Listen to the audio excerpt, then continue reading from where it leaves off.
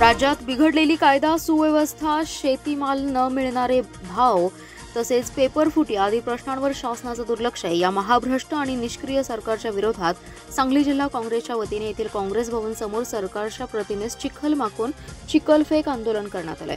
यावेळी महायुती सरकारच्या विरोधात जोरदार घोषणाबाजी करण्यात आली. जिल्हाध्यक्ष आमदार विक्रमसिंग सावंत आणि शहर जिल्हाध्यक्ष पृथ्वीराज पाटील यांच्या नेतृत्वाखाली हे आंदोलन करण्यात आले.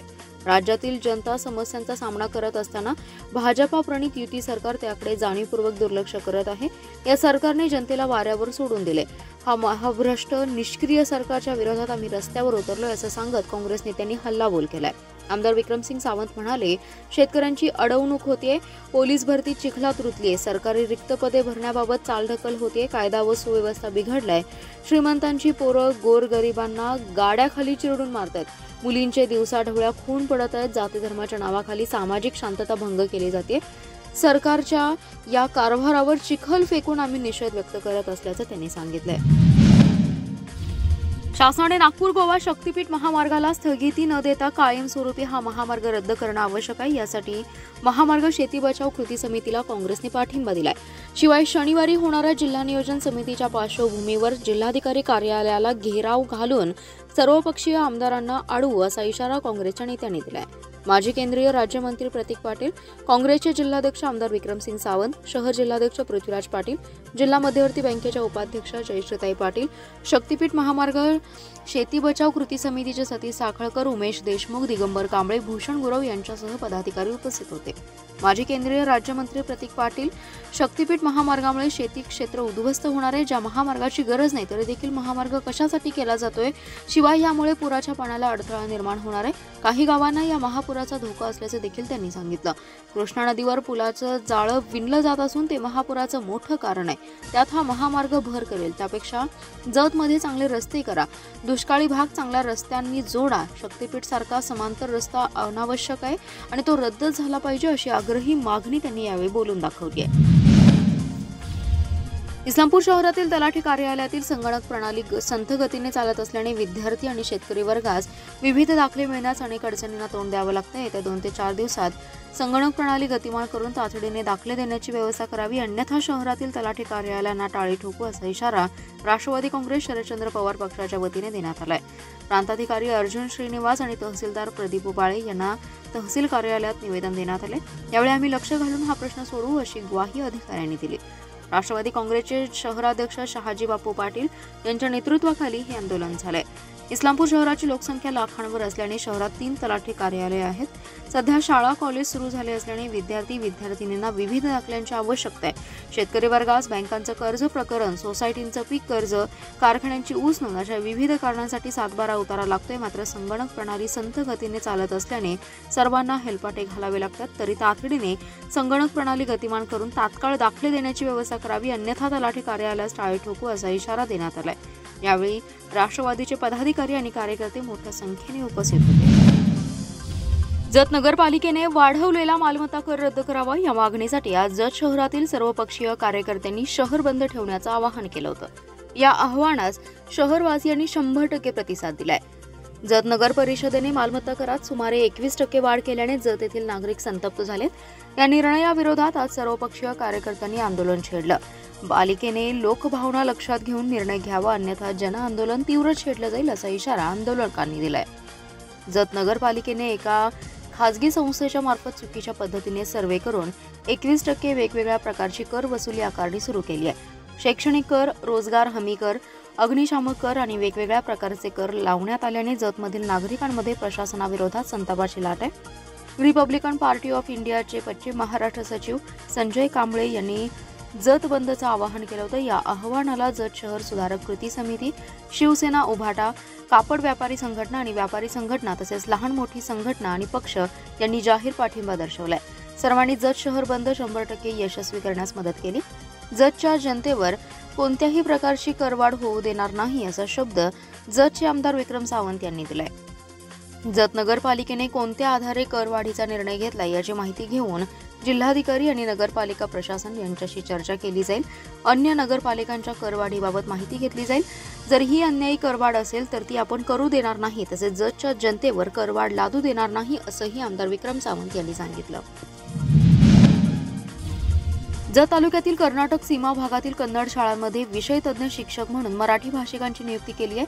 महाराष्ट्र शासनाने असे का केले याची माहिती घेण्यासाठी कर्नाटक राज्याचे सीमा भाग विकास प्राधिकरणचे अध्यक्ष सोमान्ना वेबिनामरद आणि सीमा भाग विकास प्राधिकरणाचे सचिव प्रकाश मत्तीहळ्ळी दिनांक 25 जून रोजी जत मध्ये येणार आहेत। कन्नड शाळेत मराठी भाषिक शिक्षक नियुक्ती देण्यावरून आमदार विक्रमसिंग सावंत आणि जिल्हा परिषदेमध्ये टोकाचा संघर्ष झाला होता। जिल्हा परिषद प्रशासनाने राज्य शासनाच्या पवित्र पोर्टलवरून शिक्षक आले, त्यानुसार आम्ही तिथे शिक्षकांना नियुक्त्या दिल्या आहेत, यामध्ये आमचा काहीही दोष नाही असे स्पष्टीकरण जिल्हा प्रशासनाने सांगितलं होतं। जत सीमा भागातील कन्नड शाळांवरून निर्माण झालेल्या वादात कर्नाटक सीमा भाग विकास प्राधिकरणाचे अध्यक्ष सोमान्ना वेबिनामरद आणि सचिव प्रकाश मत्तीहळ्ळी यांनी उडी घेतली, तर कर्नाटकचे शिष्टमंडळ मंगळवार दिनांक 25 रोजी जतच्या कन्नड शाळांना भेटी देणार आहेत। यावेळी जिल्हा परिषद शिक्षण विभागाच्या अधिकाऱ्यांनी उपस्थित राहावे असे पत्र आमदार विक्रमसिंग सावंत यांनी जिल्हा परिषदेला कळवलंय।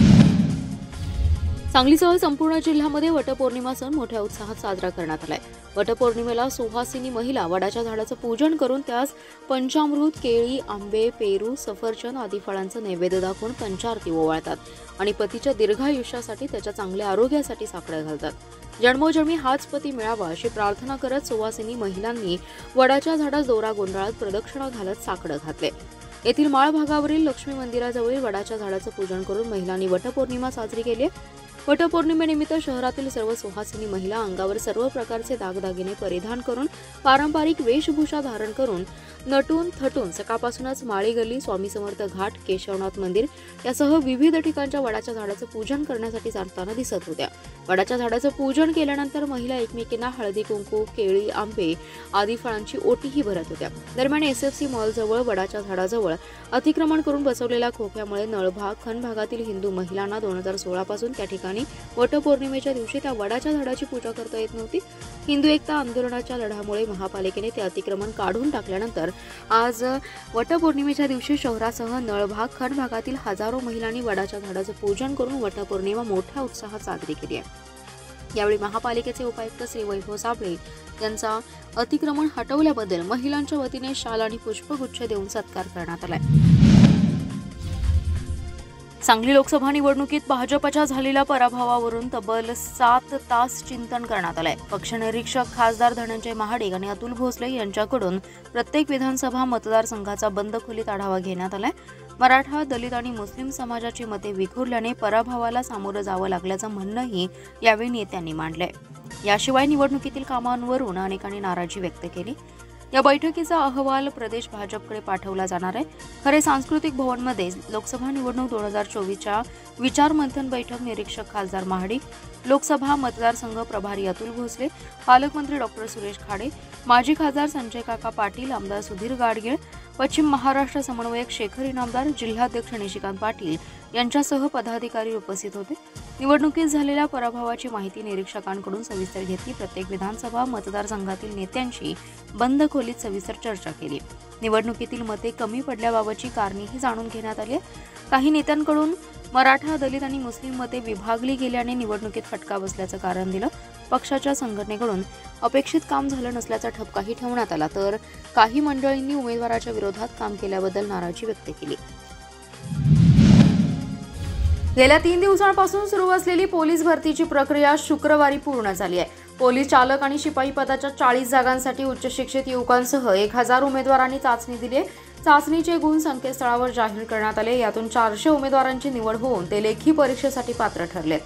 पोलीस दलाकडील 40 जागांसाठी 1756 जणांनी अर्ज केले होते। पोलीस मुख्यालयाच्या कवायत मैदानावर भरती प्रक्रियेत प्रमाणपत्र तपासणी, शारीरिक आणि मैदानी चाचणी घेण्यात आली। पोलीस शिपाई पदासाठी 760 पुरुष उमेदवारांना मैदानी चाचणीसाठी बोलवण्यात आले होते। त्यापैकी 449 उमेदवारांनी मैदानी चाचणी पूर्ण केली। महिला शिपाई पदासाठी 142 उमेदवारांना बोलवण्यात आले होते। त्यापैकी 69 उमेदवारांनी मैदानी चाचणी पूर्ण केली। पोलीस चालक पदासाठी 813 पुरुष उमेदवारांपैकी 498 जणांनी तर 41 महिला उमेदवारांपैकी 20 जणांनी मैदानी चाचणी पूर्ण केली आहे। भरती प्रक्रिया पूर्ण झाल्यानंतर उमेदवारांच्या शारीरिक आणि मैदानी चाचणीचे गुण संकेतस्थळावर जाहीर करण्यात आले। 3 दिवसात भरती प्रक्रिया पूर्ण करण्यात पोलीस प्रशासनाला यश आले। पोलीस अधीक्षक संदीप घुगे, अपर अधीक्षक ऋतू खोकर संपूर्ण प्रक्रियेवर लक्ष ठेवून होते। यंदाच्या भरतीत गर्दी टाळण्यासाठी आणि प्रक्रिया सुलभ होण्यासाठी प्रशासनाने नियोजन केलं होतं। पोलीस भरतीसाठी पात्र उमेदवारांच्या शारीरिक आणि मैदानी चाचणी गुण सांगली पोलिसांच्या संकेतस्थळावर जाहीर करण्यात आले। या गुणपत्रिकेबाबत हरकतीसाठी 26 जून दुपारी 12 पर्यंतची मुदत देण्यात आली। या मुदतीनंतर हरकती स्वीकारल्या जाणार नाहीत असे अधीक्षक संदीप घुगे यांनी सांगितले।